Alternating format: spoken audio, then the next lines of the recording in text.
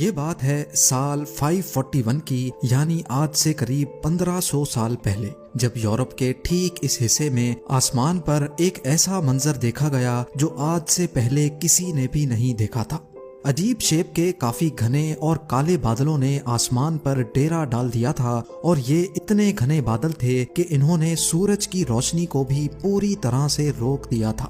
پہلے تو یہ سمجھا گیا کہ یہ بادل بارش برسا کر غائب ہو جائیں گے، لیکن ایسا سوچنے اور سمجھنے والوں کو کہاں معلوم تھا کہ یہ بادل کچھ ایسا کرنے والے ہیں جس کو ہمیشہ کے لیے یاد رکھا جائے گا۔ یہ پورا علاقہ اس دور میں ایسٹرن رومن امپائر یا پھر بائزنٹائن امپائر کے کنٹرول میں تھا، جہاں کی کیپٹل سٹی کانسٹینٹینوپل تھی، جس کو آج استنبول کہا جاتا ہے۔ اور یہ عجیب و غریب منظر بھی استنبول یعنی اس وقت کے کانسٹینٹینوپل میں ہی دیکھا جا رہا تھا۔ کچھ گھنٹے گزرے، پھر کچھ دن، اور پھر کئی ہفتے، لیکن یہ انوکھے بادل نہ ہی برس رہے تھے اور نہ ہی آسمان کو چھوڑنے کا نام لے رہے تھے۔ دن بدن یہ معاملہ کافی سیریس ہوتا جا رہا تھا، اور اب بات یہاں تک پہنچ چکی تھی کہ پچھلے کئی ہفتوں سے کانسٹینٹینوپل نے سورج کی شکل تک نہیں دیکھی تھی۔ لیکن کس کو معلوم تھا کہ یہ سب تو صرف ایک شروعات تھی، کیونکہ آگے جو ہونے والا تھا وہ کسی کے وہم و گمان میں بھی نہیں۔ ایئر 541 میں کانسٹینٹینوپل پر ایک بہت بڑی مصیبت آ چکی تھی۔ اس دور میں بھی یہاں 10 لاکھ سے زیادہ لوگ رہتے تھے، اور پچھلے کئی ہفتوں سے بادلوں کے سائے نے سارے لوگوں کو کافی بے چین کیا ہوا تھا۔ لیکن معاملہ تب مزید سیریس ہو گیا جب یہاں ایک ایک کر کے لوگوں کے مرنے کا سلسلہ شروع ہو گیا۔ جی ہاں، چلتے پھرتے لوگ بالکل ٹھیک ٹھاک حالت میں کھڑے کھڑے گر جاتے تھے، اور پھر کچھ ہی دیر بعد ان کی سانس نکل جاتی تھی۔ یہ معاملہ دیکھ کر ڈرے اور سہمے ہوئے لوگوں میں افراتفری پھیلنا شروع ہو گئی، کیونکہ ان کا خیال تھا کہ شاید اب دنیا کے ختم ہونے کا وقت آ چکا ہے۔ اوپر آسمان پر گہرے بادل، فضا میں ایک عجیب سی فوگ، اور زمین پر لاشیں ختم ہونے کا نام نہیں لے رہی تھی۔ گرمیوں کے موسم میں سخت سردی پڑنا شروع ہو گئی، اور برف باری اتنی شدید ہو گئی کہ نہ ہی لوگوں کی فصلیں بچیں اور نہ ہی جانور اور پرندے۔ اس وقت کے بائزنٹائن ایمپرر، جن کا نام جسٹینین تھا، انہوں نے لوگوں کو پرسکون رہنے کا حکم دیا، اور یہ کہا کہ جو لوگ اچھے کام کرتے ہیں ان کی جان کو کچھ نہیں ہوگا۔ ایمپرر کے اس بیان نے لوگوں کو مزید بے چین کر دیا تھا، کیونکہ یہ بیماری نہ ہی اچھے انسان کو دیکھ رہی تھی اور نہ ہی برے کو۔ روزانہ ہزاروں کی تعداد میں لوگ مر رہے تھے، جن کو ایک ساتھ ہی بڑی بڑی قبروں میں دفن کیا جا رہا تھا۔ اور اب نوبت یہاں تک پہنچ چکی تھی کہ یہاں کھانے پینے کا سامان بھی ختم ہونے لگا تھا۔ بائزنٹائن امپائر کی فوج، جو ویسے تو کافی اسٹرانگ مانی جاتی تھی، لیکن اس معاملے میں وہ کسی کام کی نہیں تھی، کیونکہ ان کا مقابلہ ایک ایسے دشمن سے تھا جو کسی کو بھی نظر نہیں آ رہا تھا۔ یہ پورا خطہ اسی عجیب بیماری کی لپیٹ میں تھا۔ آسمان پر گہرے بادل جہاں بھی جاتے جا رہے تھے، وہاں زمین پر یہ عجیب بیماری پھیل رہی تھی۔ دور دور تک جہاں ابھی Spain, France, Italy, Greece, Turkey, Morocco, Syria اور ایران موجود ہے، کانٹیننٹ کا یہ پورا حصہ اسی بیماری کی لپیٹ میں تھا۔ کسی کو بھی سمجھ نہیں آ رہا تھا کہ اس عجیب آسمانی بیماری کی اصل وجہ کیا ہے۔ وہاں لوگوں کے پاس اس بات پر یقین کرنے کے سوا اور کوئی آپشن نہیں تھا کہ اب دنیا کا دی اینڈ آ چکا ہے، اور ان کا اس بات پر یقین تب مزید بڑھ گیا جب بائزنٹائن ایمپرر خود بھی اس بیماری کا شکار ہو گیا۔ یہ بیماری ہسٹری کا سب سے پہلا ریکارڈڈ پینڈیمک تھا، جو آج پلیگ آف جسٹینین کے نام سے جانا جاتا ہے۔ پورے 2 سالوں تک چلنے والی انوکھی آسمانی بیماری نے اس پورے کانٹیننٹ کا نظام دھرم بھرم کر دیا تھا، یہاں تک کہ کچھ علاقے تو ایسے بھی تھے جہاں پورے 2 سالوں تک سورج ہی نہیں نکلا تھا۔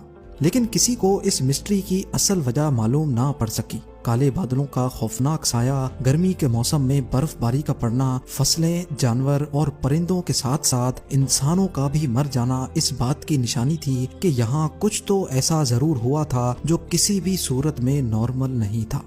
پر اب جا کر تقریباً 1500 سال گزرنے کے بعد 2013 میں آخر کار سائنٹسٹ اور ایکسپرٹس نے اس خوفناک آسمانی بیماری کی اصل وجہ کا سراغ لگا لیا ہے۔ کروڑوں لوگوں کی جان لینے والی اس بیماری کا راز استنبول سے 5000 کلومیٹر دور گرین لینڈ میں چھپا ہے۔ ایکسپرٹس کی ایک چھوٹی ٹیم ایسٹرن گرین لینڈ پہنچی اور ان کا یہاں آنے کا مین مقصد پاسٹ کے کلائمیٹس پر ریسرچ کرنا تھا۔ گرین لینڈ میں ہر وقت بہت ایکسٹریم ویدر ہوتا ہے، یہاں عام حالات میں بغیر پروفیشنل اکوپمنٹ کے رہنا بالکل بھی پاسبل نہیں ہے۔ جون جولائی میں جہاں کئی کنٹریز کا ٹیمپریچر 50 ڈگری سیلسیس کراس کر جاتا ہے، اسی وقت گرین لینڈ کا ٹیمپریچر -18 ڈگری سیلسیس ہوتا ہے۔ گرمی کا موسم گرین لینڈ کے آس پاس بھی نہیں بھٹکتا، اسی وجہ سے یہاں کی برف کا میلٹ ہونا پاسبل ہی نہیں ہے۔ آسمان سے برسنے والی سنو فال فضا میں موجود پارٹیکلز کو بھی اپنے ساتھ زمین پر لے آتی ہے، یعنی اگر ماحول میں ڈسٹ ہوگی تو وہ سنو فال کے ساتھ نیچے زمین پر آ جائے گی۔ ایکسپرٹس کا ماننا ہے کہ یہاں برف کے نیچے پچھلے 1,00,000 سالوں کا کلائمیٹ ڈیٹا ابھی تک محفوظ ہے۔ ہر سال گرین لینڈ میں جو برف پڑتی ہے وہ لیئرز میں ایک دوسرے کے اوپر جمع ہوتی جاتی ہے۔ ایک سال کی لیئر 5 سینٹی میٹر موٹی ہوتی ہے، یعنی اگر آج سے 1500 سال پہلے کا کلائمیٹ ڈیٹا جاننا ہو تو تقریباً 75 میٹر نیچے موجود سنو کے سیمپلز کو باہر نکال کر اس کی لیب ٹیسٹنگ کرنا ضروری ہے۔ ایکسپرٹس نے یہاں ڈرلنگ کا کام اسٹارٹ کیا اور پچھلے 2000 سالوں سے پڑنے والی برف کو باہر نکال لیا گیا۔ نکالے جانے والے سنو کور کی ٹوٹل لمبائی 100 میٹر سے بھی زیادہ تھی، جس میں برف کے وہ حصے بھی شامل تھے جو پلیگ آف جسٹینین کی خوفناک بیماری کے دوران گرین لینڈ کے آسمان سے برسے تھے۔ نکالے جانے والے آئس کور پر الیکٹریکل کنڈکٹیوٹی ٹیسٹ پرفارم کیا گیا تو حیرت انگیز طور پہ ایئر 500 سے 600 کے درمیان پڑنے والی برف میں سلفر کی ایک اسپائک دیکھی گئی۔ یہ اسپائک اس بات کی نشانی تھی کہ جس دور میں کانسٹینٹینوپل میں 2 سالوں تک کالے بادل منڈلا رہے تھے، اس دور میں ایٹماسفیئر میں کچھ نہ کچھ گڑبڑ ضرور تھی۔ سلفر ڈائی آکسائڈ ایک بہت خطرناک گیس ہوتی ہے جو کہ نہ صرف انسانوں کے لیے بلکہ جانوروں، پرندوں اور پلانٹس کے لیے بھی ہارمفل ہوتی ہے۔ اگلا ٹاسک یہ جاننا تھا کہ 6th سینچری کے دوران ایٹماسفیئر میں سلفر کیوں موجود تھا اور وہ آیا کہاں سے تھا۔ ایکسپرٹس کا ماننا ہے کہ آسمان میں اتنے زیادہ سلفر پارٹیکلز صرف ایک چیز سے پیدا ہو سکتے ہیں، اور وہ چیز ہے والکینو۔ جی ہاں، ارتھ کے اندر مختلف مقامات پر پگھلے ہوئے پتھر میگما کی صورت میں ابل رہے ہوتے ہیں۔ ارتھ کی آؤٹر لیئر اپنے پریشر سے میگما کو باہر نکلنے سے روکتی ہے، جبکہ میگما ہر وقت کوئی جگہ تلاش کرتا رہتا ہے جس سے وہ باہر نکل سکے۔ میگما اور زمین کی یہ جنگ صرف تب تک چلتی رہتی ہے جب تک سمندر کا پانی میگما تک نہیں پہنچ جاتا۔ اگر سمندر کا پانی میگما تک پہنچنے میں کامیاب ہو جائے تو پانی گرم ہو کر گیس بن جاتا ہے، اور یہی گیس اب میگما کے ساتھ مل کر زمین پر اور زیادہ پریشر دینے لگتی ہے۔ بس پھر کسی بھی ویک پوائنٹ سے میگما لاوا کی صورت میں پھٹ کر باہر نکل آتا ہے۔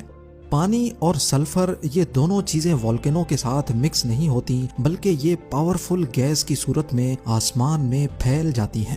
انتہائی طاقتور والکینو سے نکلنے والی والکینک گیس ہزاروں میل دور تک بھی آسانی سے پھیل سکتی ہے۔ آسمان میں موجود سلفر پانی کے ڈراپلیٹس کے ساتھ مل کر سلفیورک ایسڈ بن جاتا ہے، جو کسی بھی صورت میں انسان کے لیے ڈیڈلی ثابت ہو سکتا ہے۔ سلفیورک ایسڈ کے یہ بادل اتنے گھنے ہوتے ہیں کہ یہ سورج کی روشنی کو بھی پاس نہیں ہونے دیتے۔ 1500 سال پہلے پلیگ آف جسٹینین کے کیس میں بھی کچھ ایسا ہی ہوا تھا۔ یہ بات تو کنفرم ہو چکی تھی کہ یورپ میں لاکھوں لوگوں کی موت کا ذمہ دار ایک خطرناک والکینو تھا۔ ایک طرف جان لیوا سلفیورک گیس تو دوسری طرف سلفیورک ایسڈ کے بادل۔ یہ بادل برسیں گے تو جیسے تیزاب کی بارش ہوگی، اور اگر یہ نہیں برسیں گے تو اس کے بادل انسانوں کو سورج کی روشنی کے لیے تڑپا دیں گے۔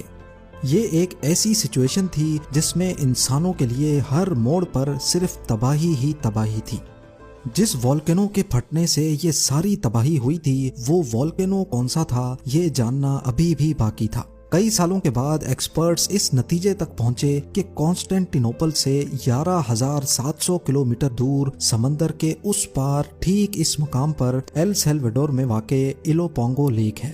جب کانسٹینٹینوپل میں پلیگ آف جسٹینین آیا تھا، اسی دور میں اس لیک کے اندر سے ایک خوفناک والکینو پھٹا تھا، اور اس کی جیتی جاگتی مثال یہ پہاڑ ہے۔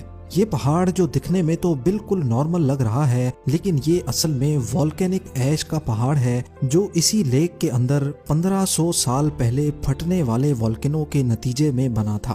ناظرین، اس وقت دنیا میں کروڑوں لوگ والکینوز کے سائے تلے رہتے ہیں۔ یہ والکینوز کس وقت پھٹیں گے اس کا جواب سائنس کے پاس نہیں ہے۔ ہمیں صرف یہ معلوم پڑ چکا ہے کہ جو والکینوز انسانی آبادی سے ہزاروں کلومیٹر دور بھی ہیں وہ بھی ہمیں نقصان پہنچا سکتے ہیں۔ دنیا بھر کے والکینولوجسٹ، کلائمیٹ ریسرچرز اور جیولوجسٹ پاسٹ میں پھٹنے والے والکینوز اور ان کے نتیجے میں ہونے والے نقصان پر ابھی تک ریسرچ کر رہے ہیں تاکہ انسانوں کو ان سلیپنگ جائنٹس کی تباہی سے بچایا جا سکے۔